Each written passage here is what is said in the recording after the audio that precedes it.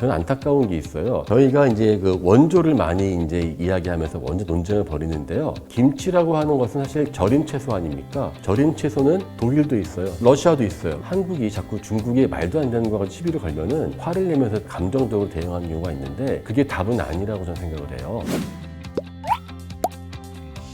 네, 안녕하십니까. 경희대 사학과에서 고고학을 강의하고 있는 강인욱이라고 합니다. 반갑습니다. 술은 두 가지가 있습니다. 발효주하고 증류주가 있는데요. 발효주는 자연적으로 이렇게 발효를 시켜가지고 알코올을 뽑아낸 것이고요. 증류주는 철저하게 과학입니다. 근데 발효주를 대표하는 것은 이제 막걸리가 있는데요. 저희가 보통 생각하는 그런 막걸리와 맥주는 다르거든요. 맥주는 좀 시원하게 먹는데 원래 둘 다 같이 이 발효를 시켜가지고 탁하기에서 만들어 먹었습니다. 그래서 고대 이집트하고 슈메르, 메소포타미아의 이제 기록들 보면은요, 그 벽화를 보면은 사람들이 빨아먹고 있어요. 맥주를 이 스트로에 꽂아가지고. 그러한 풍습은 이 꽂아 빨들어 먹는 그 술 풍습은 나중에 유목민족들까지 전해져가지고요. 이게 아주 그러니까 자기가 저희도 개인 술잔 가지고 다니는 것처럼 아예 개인 빨대가 있어가지고 딱 대롱이 꽂아가지고 빨아먹는데 그 속은 대롱 끝은요 구멍이 몇 개 뚫려 있습니다. 그러니까 탁한 그 불순물들이 입안에 들어오지 않도록 그렇게 하는 것이죠. 지금은 저희가 되게 값싸고 질 좋은 술을 먹을 수 있는데 과거에는 가장 큰 문제가 불순물이었습니다. 불순물이 있는 술 먹으면 뭐가 된다? 숙취가 돼서 사람이 그 다음날 너무 고생을 한단 말입니다. 제 책에도 썼습니다. 저희 막걸리, 맥주, 그 다음에 쓴 게 해장국이었는데 이 술의 역사와 같이 가는 게 또 해장의 역사 아니겠습니까? 근데 막걸리와 맥주는 사실 그 같은 원리를 만들었기 때문에 그렇게 빨대를 먹는 것은 아마 동서양의 공통으로 먹었었습니다. 그래서 맥주는 보리가 올 때 같이 와야 되기 때문에 동양엔 좀 늦게 한 5,000년쯤 전에 들어왔고요. 그 전에는 아마 막걸리 같은 걸 만들어서 과일 수도 좀 있었을 것이고요. 이 빨아서 먹었을 것입니다. 그 현재의 맥주는 또 다른 또 이제 양조 과정을 거치는 거니까 또 다른 맥락이 되겠죠. 네. 저희가 이제 그 원조를 많이 이제 이야기하면서 원조 논쟁을 벌이는데요. 저는 안타까운 게 있어요. 한국이 자꾸 중국에 말도 안 되는 거가 시비를 걸면은 똑같이 거기다가 화를 내면서 저희가 감정적으로 대응하는 경우가 있는데 그게 답은 아니라고 저는 생각을 해요. 왜냐면은 김치라고 하는 것은 사실 절임 채소 아닙니까? 절임 채소는 유라시아 북반구 전 세계에 다 있는 전통이에요. 독일도 있어요. 사워크라프트라고 해가지고 저기 왜 맥주 먹을 때 같이 먹는 그 양배추 절임 있거든요. 저도 러시아도 있어요. 러시아도 양배추를 김치처럼 담가서 먹어요. 거기서 자기 써서 먹는데 먹으면요, 딱 김치만 나가지고요. 저도 유학 시절에 김치찌개가 떠오르면은 양배추 그 김치를 사와가지고 그거를 끓여가지고 거기다가 이제 실제로 그 양배추 스프가 있어요. 러시아도. 거기다가 고춧가루 팍 쳐버리면은 그나마 아쉬운 대로 한국 맛이 납니다. 특정한 어느 나라가 기원이다라고 말하기 어려운 게 바로 이 절임 그 야채이죠. 지금 우리의 그 배추 같은 경우만 해도요. 배추도 기원 자체는 한국이나 이 아니고 이쪽 중앙아시아나 서아시아에서 건너온 것으로 알고 있습니다. 청경채가 배추의 일종인데요. 그게 먼저 들어와서 개발이 되고 현재 우리가 알고 있는 이러한 그 포기김치 있죠. 이거는 꽤 늦어요. 한 150년 이야기 하시는 분들이 있는데요.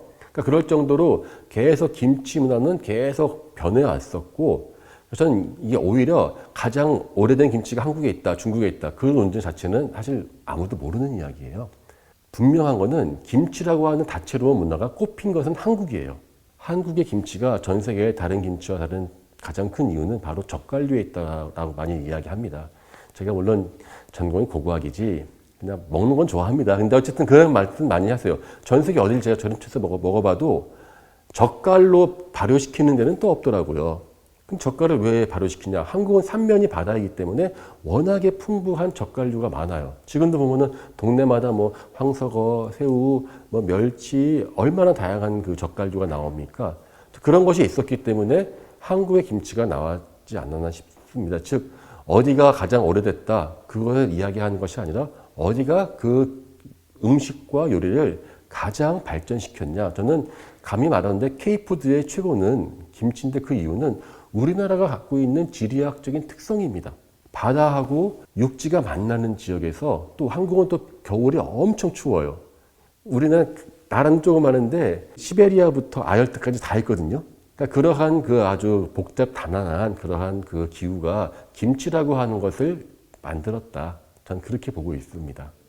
인삼이라고 하는 그 식물 자체는요, 역시 한반도뿐 아니라 만주뿐 아니라 전 유라시아 북반구에 다 있다라고 합니다. 미국에도 인삼이 있고요.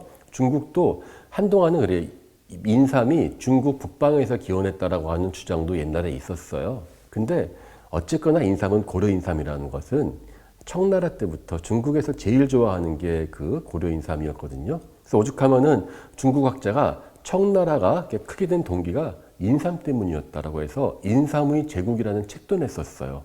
그 뭐냐면은 여진족과 그 원래 청나라 기반은 여진족 아닙니까? 여진족은 두만강 건너편에서 한국과 이렇게 맞대고 있었어요. 그쪽에서 한국에서 만드는 인삼 기술을 배워가서 그것으로 엄청난 부를 쌓았기 때문에 청나라가 될 수 있었다까지 이야기해요. 근데 그 전에 발해 역시 인삼이 유명했고요. 그 전에 아마 고조선 시대부터 아마 인삼이 있었을 것이다라고 많은 분들이 보고 있어요. 뭐 왜 중요하냐? 사실 이게요. 우리가 아무리 전통 뭐 다 중요해도요. 아플 때는 약효가 센 게 최고입니다. 아무리 제가 이 약 먹으면 낫는데 그 약은 내가 싫어하는 나라 거 안 먹을래 이런 사람 없어요. 아무리 내가 어떤 나라 싫어해도 이거 먹으면 아픈데 그게 어딨어 먹어야지 이러지 않습니까? 고려 인삼이 유명한 이유는 딱 한 가지입니다. 약효가 좋으니까요. 그래서 뭐 그 약효가 뭐 많은 또 한의학 하시는 분들이 많이 분석들을 하시던데 실제 약효가 어떤지는 모르겠으나 적어도 중국 사람들이 일관되게 고려 인삼이 제일 좋다라고 이야기를 했었어요. 저는 그 비결이 아마도 이 인삼의 그 건조 과정이 있었지 않나 싶은데요. 물론 한국의 토양이 무슨 더 좋은 성분이 있을 수도 있겠지만은 그거는 제가 이제 모르는 부분이기도 하고 그 독특한 기후에서 나오는 또 우수한 인삼 또 그것을 가공하고 오랫동안 보존시키는 기술이 결합이 되어야지만 비로소 세계적 명품이 된다고 봐요. 자, 백두산 근처에서 만드는 인삼이 중국의 소비자한테 가려면은 몇 달, 심지어 몇 년 동안 그 보존시켜서 가야 되거든요. 그 기술이 있기 때문에 인삼이 유명한 겁니다. 모든 것은 처음부터 유명한 것도 없고 처음부터 좋은 것도 없습니다. 우수한 그러한 특성들을 극대화시키는 기술과 노력이 결합될 때 비로소 하나의 특산품이 나올 수 있는데 그런 점에서 한국의 인삼은, 그러니까 우리나라 고대 인삼들은 주변 국가의 어떠한 비교를 불허할 정도로 뛰어나지 않았을까라 생각합니다. 일단 황금이라고 하는 것 자체가요, 전 세계가 모두 공통적으로 다 좋아하는 그러한 그 물건이거든요. 수많은 금속 중에서 왜 황금을 사랑할까요? 간단해요. 요만큼만 있으면요, 이 집을 전체를 다 바를 수 있을 정도로 무한정 늘어나요. 가볍고. 그리고 세월이 지나도 녹슬거나 변하지가 않기 때문에 한번 사놓으면 몇천 년 가도 그 양은 유지가 돼요. 아름답죠. 그리고 이게 귀합니다. 이게 한 25만 톤 전 세계 정도로 에 매장되어 있는데요. 남아있는 엄청나게 지금 최고라고 몇만 톤은 안 남았다라고 이야기하대요. 그러니까는 양도 적으니까 이제 그러한 돈의 가치가 충분히 있는 것이죠. 그래서 약 6,500년 전에 이미 그 플렉스한 사람이 처음 등장해요. 등장한 곳은 이집트나 뭐 메소포타미아 이런 데가 아니고 엉뚱하게도 불가리아예요. 불가리아에 그 바르나라고 하는 도시가 있는데 거기에서 그 공사하다가 우연히 무덤을 발견해서 발굴했더니만은 하나의 무덤에서 1.5kg 정도의 황금이 딱 온몸에 바르고 있는 무덤에서 이 인골이 나온 거예요. 그래서 너무 이 황금이 너무 뭐랄까 기술이 발달돼 가지고 얼마 안 된 건 줄 알았더니만은 엉뚱하게도 6,500년이 나온 거예요. 그래서 이건 믿을 수가 없다 했는데 몇십 년 동안 다시 고고학자들이 재발 조사한 결과 그 연대가 맞다라고 했습니다. 그럼 되게 빨리 나온 거죠. 즉 황금이 귀한 거는 옛날부터 거의 신석기 시대부터 이미 알고 있었을 것이라는 것이죠. 이 황금은 옛날에 화폐가 없는 시절에도요, 어디를 가도 통하는 가장 좋은 귀금속이기 때문에요, 무역하는 사람들은 황금을 받는 거였죠. 그 불가리아 바르나가 해안가에 있는 도시예요. 그러니까 그 지역 사람이 아마 그 당시 무역에 아마 패권을 잡았나 봐요. 그래서 사방에서 막 교육하니까 그들의 가장 큰 화폐 같은 것이 황금이니까 그것들을 모았겠죠. 그래서 모아서 자기가 이렇게 치장을 하고 바릅니다. 이 황금은 영원히 변하지 않기 때문에 이걸 바르면 마치 이 바른 나도 죽지 않고 영원할 것이다라고 하는 그러한 인간의 헛된 바램이 같이 엮여 있는 거예요. 또 초원 지역에 있으면 유목민들이 많은데요. 유목민들도 황금을 좋아해요. 집이 없거든요. 그러니까는 유목민들은 맨날 말 타고 다니기 때문에요. 집이 없고 돈을 쌓아둘 공간도 없어요. 몸에 지닐 수 없으면 다 버려야 됩니다. 그러니까 말 위에 올라갈 수 없는 것은 다 버려요. 그러니까 황금을 발라야 되죠. 이렇게 진짜 플렉스 하는 것이죠. 그래서 그렇게 해서 모든 것을 이제 몸에다가 그 치장을 하고 이제 죽고 나서도 내세에서도 나는 영원히 이러한 부를 누리고 싶다라고 하는 욕망하에 플렉스한 모든 것을 같이 무덤에 넣는 것이죠. 하지만요, 그 영원한 거는 인간이 아니라 황금입니다. 예, 그 묻었었던 인간들은 자취도 없고 뼈도 안 남았는데 황금만 남아있는 무덤이 대부분입니다. 물론 뭐 그러한 믿음 덕택에 저 같은 고고학자도 이제 살고 있는 거긴 한데 저는 보면서 역설적으로 느끼는 게 영원한 거는 인간의 욕망과 황금밖에 없다. 우리들의 인생은 지금이 가장 소중한 시간일 수밖에 없다 생각합니다. 황금이 워낙 찬란하고 아름답잖아요. 이게 주는 또 이 강렬함. 저희도 지금도 보면 가끔씩 왜 그런 연예인들 반짝거리는 거 보면 얼마나 저희들 막 황홀해 합니까? 그 황금이 동아시아로 전해지는 시기는요, 상당히 늦어요. 참 신기한 게 우리가 또 동아시아가 문명이 또 전 세계적으로 이렇게 밀리는 동네가 아니지 않습니까? 근데 황금만은 아주 늦게 들어와요. 왜냐? 동아시아는 중국, 한국, 일본 다 시베리아 포함해서요, 전통적인 귀금속이 있었습니다. 바로 옥입니다. 옥과 황금은 정반대의 귀금속입니다. 황금을 만들려면 필요한 게 뭔지 아십니까? 뜨거운 불이 있어야 돼요. 녹여내려면요. 황금이 아무 지천에 깔려 있고 사금으로 이제 그 사금을 이거 이제 패닝해서 건져내도 녹여낼 수 있는 불이 없으면 말짱 필요 없지 않습니까? 불이 관건이에요. 반면에 옥은 불이 필요 없습니다. 대신에 인간의 세밀한 세공만 필요합니다. 그래서 옥이 발달된 동아시아는 이 실크로드를 통해서 초원 지역 통해서 들어오는데 한 3,000년쯤 전에 3,000년에서 3,500년 전에 상당히 늦은 편이에요. 한국은 더 늦어요. 한국은 더 늦어서 삼국시대가 되어서야지만 비로소 황금이 등장하는데 그 중에서 유독 신라에서는 황금이 정말 많이 나옵니다. 금관도 있고요. 모든 게 나오는 게 서기 4에서 5세기 정도 되는데요. 그때 신라를 포함해서 유라시아 주변 지역, 서쪽으로는 동유럽, 서유럽, 그리고 아프가니스탄, 신라까지 초원 지역을 주변으로 해서 갑자기 황금 문화가 확 발전해요. 근데 그때가 보면은 이 초원 지역이 대혼란기였습니다. 흉노가 망하고 훈족이 등장하면서 막 모든 나라가 막 망해버리고 다시 흥하고 이게 엄청나게 한마디로 막 뒤죽박죽인 시점이었습니다. 그때 초원에서 황금을 만드는 기술자들이 대거 사방으로 퍼져나갑니다. 아마 그들을 적극적으로 받아들인 사람이 그 기술을 신라였던 것 같아요. 게다가 이 신라에는 또 금을 또 캘 수 있는 조건이 좋아요. 바로 사금입니다. 사금. 알타이 제가 그 공부했었던 러시아 알타이도 사금이 유명한데요. 얼마 전까지 기록 보면은요, 사금 잘 캐시는 분들은 많으면 한 달에 2-3g 정도는 캘 수 있다라고 나와 있어요. 그럼 그거 갖다 모으면은 사실 한 몇백 명이 몇 년만 고생하면은 그러한 그 신라 황금 그 고분 들어갈 수 있는 그러한 황금은 쉽게 만들 수 있지 않을까라는 생각을 합니다.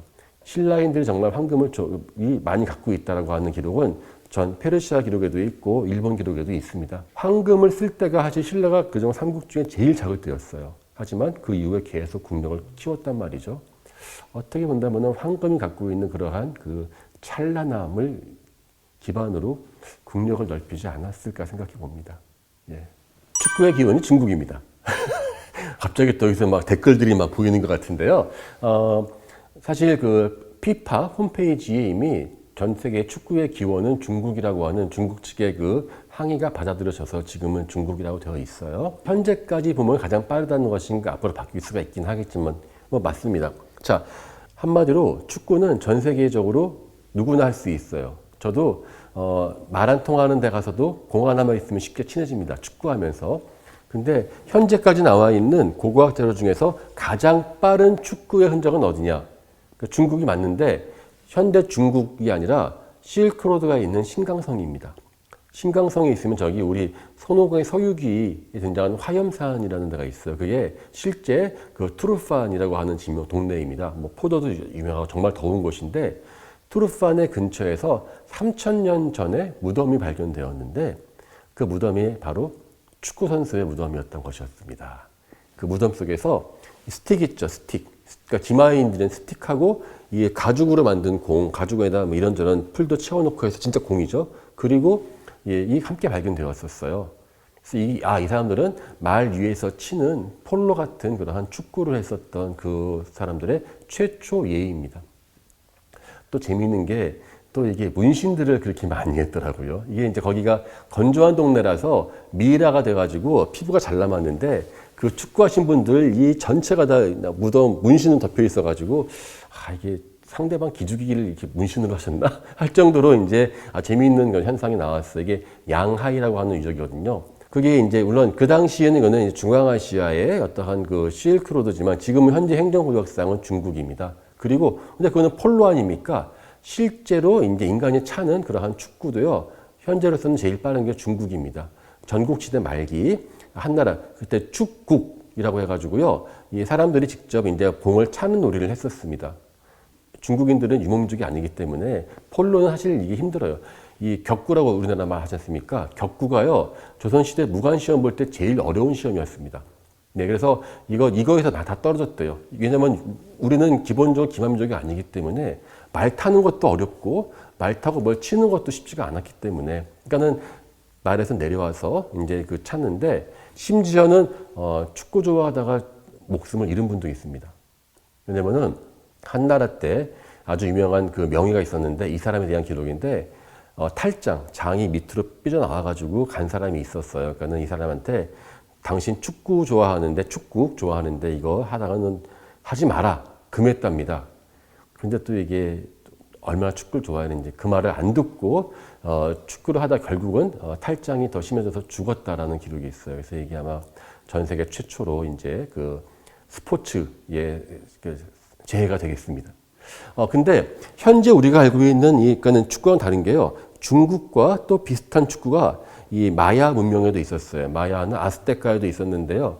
마야는 아스테카는 데스매치였어요. 둘이 싸우다가 그 신의 그 바치는 제사의 일환이었는데 진 팀은 다 이제 이 제물로 되는 그러한 그 경기가 있었습니다. 근데 그때는 이제 무릎하고 팔 이런 거에서 이 관절로만 공을 차가지고요. 농구 코트 같이 옆에 있는 데다가 공을 넣는 게임이었습니다.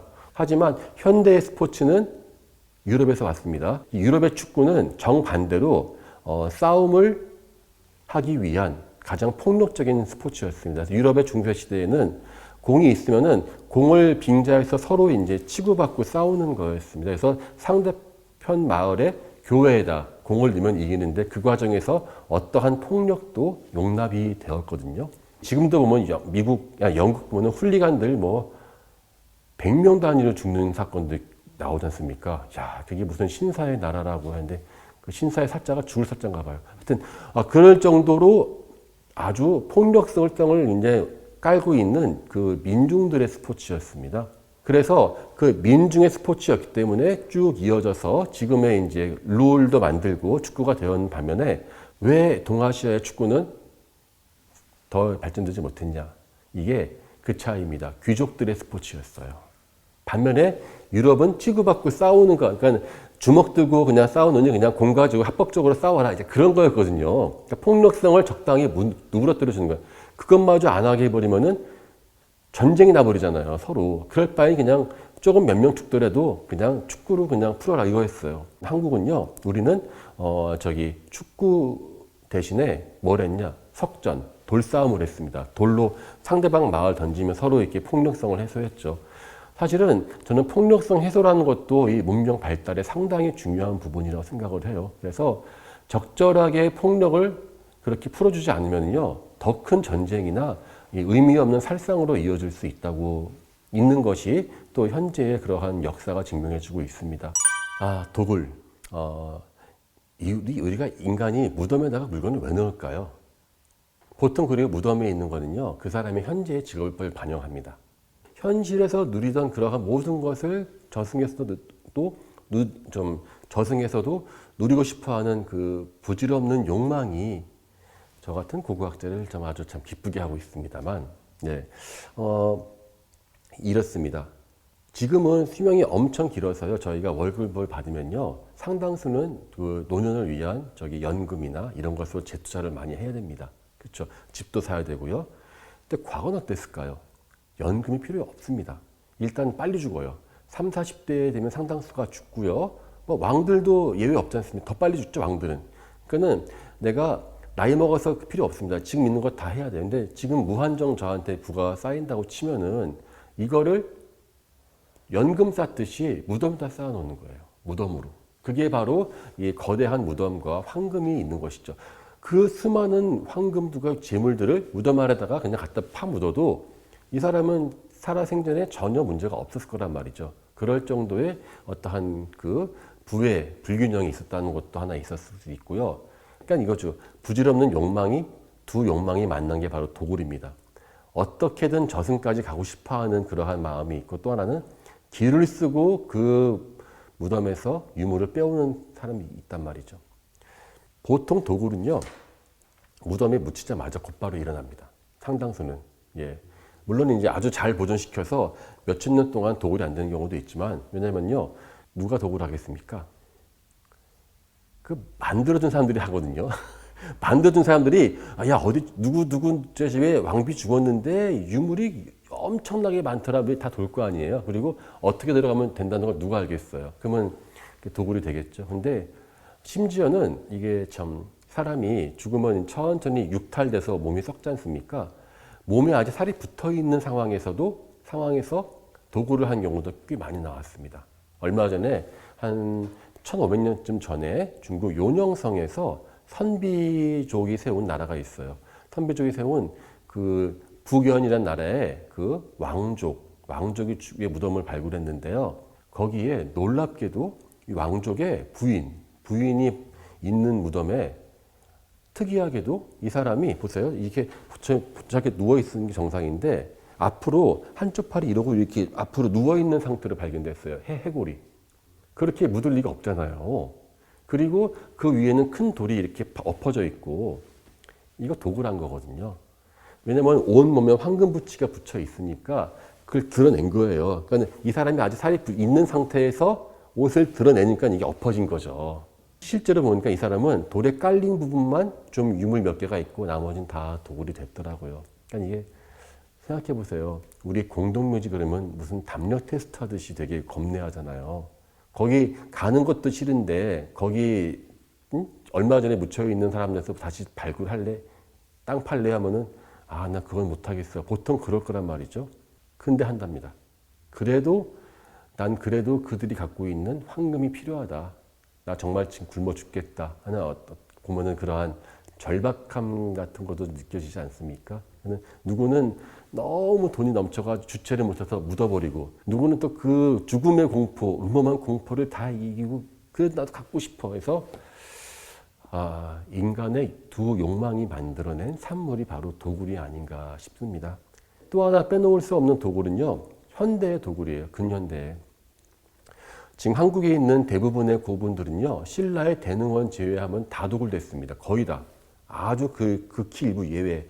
뭐 문영왕릉 빼놓고 다 도굴되는데 대부분이 다 일제 때 도굴됐습니다. 호리꾼들을 해가지고 이렇게 꼬칭 푹푹 찔러서 다 털어갔습니다. 인디애나 존스가 바로 도굴꾼들을 미화한 영화거든요. 남의 나라 가서 폭파시키고 유물 빼오는 거를 박수치고 보지 않습니까? 물론 고대의 도굴도 그때 또 문제지만 현대에도 이렇게 자행되고 있는 도굴, 이거는 좀 큰 문제가 있지 않나 싶고요. 이게 골동품을 비싸게 주고 사는 사람들이 있는 것도 문제입니다. 그래서 고려청자가 비싸게 팔리면 전국의 고려 고분들이 다 도굴되었다. 그런 식의 기록도 많이 있어가지고요. 비뚤어진 욕망, 그리고 지금도 자행되고 있는 도굴들이 많기 때문에 저희는 그걸 계속 감시하면서 있어야 되지 않나 싶습니다. 여행은 아무나 다닐 수 없는 거였겠죠. 예, 그 당시는 자기가 있는 그 지역에서만 이제 살았던 것이 인간인데, 사실 근데 인간의 그 여행은요, 인간의 진화하고도 관련되어 있는 게 너무나 많은 그러한 설이 있지만은 대체로 3번에 걸쳐 가지고 사람들이 아프리카에서 호미니드가 탈출했다라고 설명합니다. Out of Africa라고 하는 이론인데 호모 에렉투스 단계에서 그 다음에 네안데르탈인 단계에서 그다음에 현생 인류도 한 20만 년쯤 전에 뭐 탈출해 왔다라고 이야기해요. 그러니까 이게 인간은 계속 이주해 왔습니다.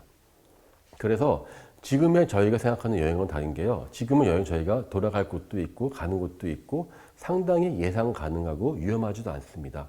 하지만 과거의 여행은 보통 목숨을 걸고 가는 것이 여행이었습니다. 인생 그 가장 최초의 여행기를 할 수 있는 것이 바로 메소포타미아에서 나온 길가메시의 서사시인데요.